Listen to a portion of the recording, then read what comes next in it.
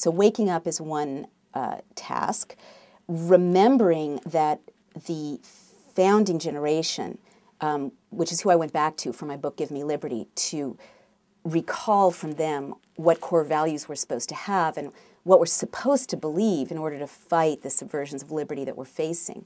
Because I feel like we've been encouraged to forget those values with what I call fake patriotism, leading us to accept a fake democracy in many ways.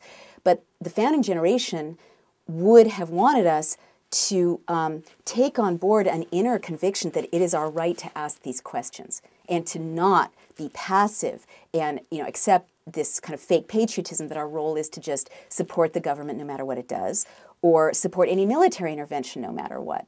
That is not what the founding generation, I mean ordinary people, not just the well-known founders, farmers and washerwomen and artisans and enslaved African Americans, they were captivated by this vision of liberty, and they intended us to have this kind of inner courage to challenge the government. That's what the Declaration of Independence says. The second paragraph is, challenge the government any time it tries to be tyrannical or oppressive. It is your duty to rebel.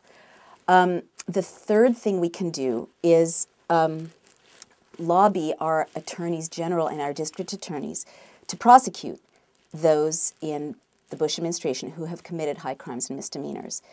So this is partly strategic. I was on the phone this morning with Charlotte Dennett, who is running for Attorney General in Vermont. And she's promised that if she's elected, she will prosecute George Bush for murder. And there are many other organizations, from Amnesty International to Human Rights Watch to the American Freedom Campaign, who are in discussion right now with attorneys about possible prosecutions of Bush and senior officials. And this is not rhetorical. There's evidence that they've committed multiple crimes, whether it's violating the law, local and international, domestic and international law on torture, or whether it's advancing an illegal war in Iraq, or whether it's wiretapping illegally without, violating the Fourth Amendment without warrants. I personally am investigating whether the deployment of troops and the militarization with Homeland Security money of local police departments that you saw in the brutality in St. Paul, right, during the Republican National Convention. I'm investigating right now with lawyers whether that constitutes treason. And I think if it does, he should also be prosecuted for treason. Here's why. The Constitution defines treason as making war against the United States. And I think it's very arguable that deploying troops against the people of the United States and certainly militarizing their local police forces with more and more lethal technologies in order to subdue and subjugate citizens and strip them of their First Amendment rights is making war against the United States.